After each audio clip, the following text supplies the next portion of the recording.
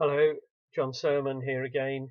Those of you who watch my videos or have seen them before, you're aware that I'm a church leader based in the UK, with strong links with Uganda, and that since early on in the first lockdown, I've been recording these videos for encouragement, recognizing that we're in a discouraging situation in many respects, but that God has a bigger picture for us. And today I want to add to my encouragement by mentioning some of the things that have been happening for me and for the churches locally, as indeed across our nation. We're in a situation, as those in the UK will know, where we have a second lockdown. The church buildings are closed apart from the possibility of opening for private prayer, and we are looking towards December when there's going to be a change again in the circumstances locally. We have, from yesterday's announcements, we have strong reason to believe it will be possible to hold gathered worship in the churches again from Sunday 6th December onwards, and of course we're looking forward to our Christmas celebrations. But still, nearly everything we do is going out on Zoom, and we can connect online for those who are able. It's for those who cannot access the Zoom that it's so important we get back into the buildings before too long and provide through that for their spiritual needs and emotional needs to be in gathered worship.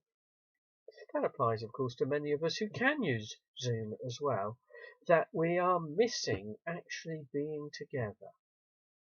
Now, it's important to honour the restrictions and to be careful because we as a whole human race are facing a serious adversary in this coronavirus pandemic, COVID-19.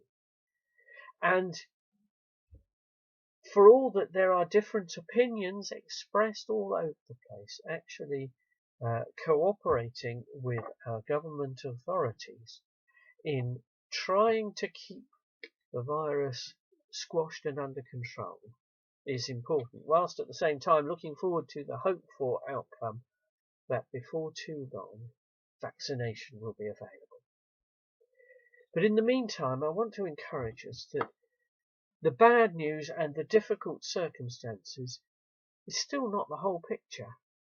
Today on my regular exercise walk, I met a lady who was telling me she recognised I have my cap on with the Uganda flag on it, and she asked me if I have connections with Uganda.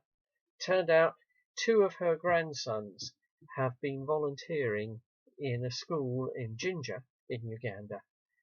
No doubt somewhere very close to one or 2 of the places I regularly visit and have connections with churches there. And knowing about others, and there are many, who volunteer and provide for the good of others in so many ways, and this was just one example. This is one of our encouragements, isn't it? But also, we sometimes see blazoned across our screens a slogan that says, "Please believe these days will end." The circumstances we're now in are not forever. The circumstances we can look forward to, if we trust in God through Jesus Christ, are security and certainty forever. Not necessarily in this life. Christians suffer just as much as anyone else. We've had bereavements, illnesses, accidents, loss of employment, just as much as people who are not Christians. There is no difference.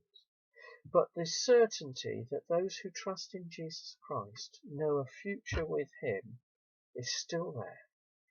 And actually, over and above that, people call that pie in the sky when you die in a derogatory way. But what about the cake on our plate while we wait? The fact is that having a growing relationship with God through Jesus Christ makes it so much easier to face the difficult circumstances of today. And we as a nation, many of the nations, have been living as though there is no God or that God is irrelevant. And actually reassessing that and realizing that I want to explore relationship with our Creator is a positive thing for us all. I do commend it to you. God bless you.